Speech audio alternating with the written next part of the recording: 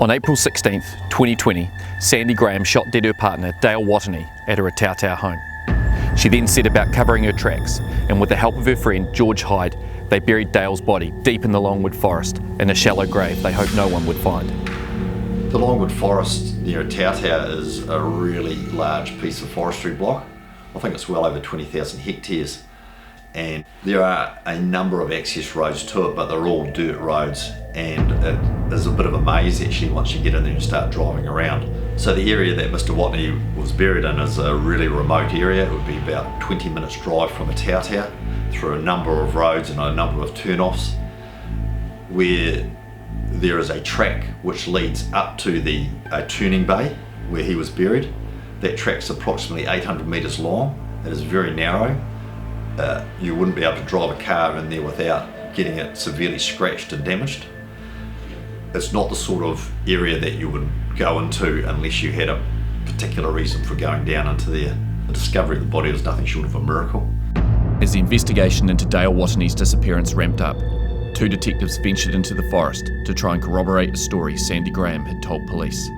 We were looking for an area where we believed that Dale and Sandy had got stuck in his vehicle on the last day that she saw him alive. So we came down this track and we had a bit of a look around. It seemed pretty clear to us that they hadn't been stuck in here, but we come over to this area here where vehicles turn around, and we found a whole lot of old bricks and a drum and a tyre, and that sparked our interest, I guess. And we just tucked the way in the back of our mind with a view that depending on how the inquiry was going to pan out, we would come back and investigate that further. About a fortnight later, volunteers who had been directed to search for Dale in the same area also noted the bricks. They reported that the ground beneath them was soft and appeared to have been disturbed. So on a Monday meeting after that, it became clear that there had been a search warrant recently at George Hyde's address where similar bricks had been located. So that was immediately a red flag for us, an investigation team, which resulted in us returning to this area, completing a full scene examination, forensically removing all the debris, the bricks, and then digging in the area of interest, which ultimately located Dale. And that, to be fair, was a bit of a high five moment, particularly for the three of us in here doing the search, not only because it was going to advance the investigation, but it was also going to return a body to the family, so that was a really important moment for us. The discovery of Dale Watene's body was a turning point in the investigation. The first thing it confirmed was that he was no longer alive, and up until that point there had been a lot of doubt thrown into the investigation in regards to whether he was alive or dead.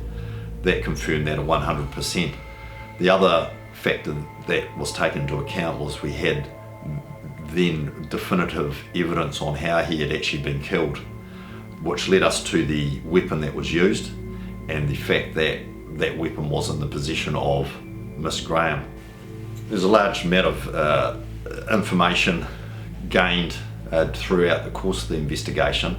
It really painted a picture of Miss Graham as being somebody that was a compulsive liar and someone that was able to manipulate other people in order to cover up anything that she did that was wrong.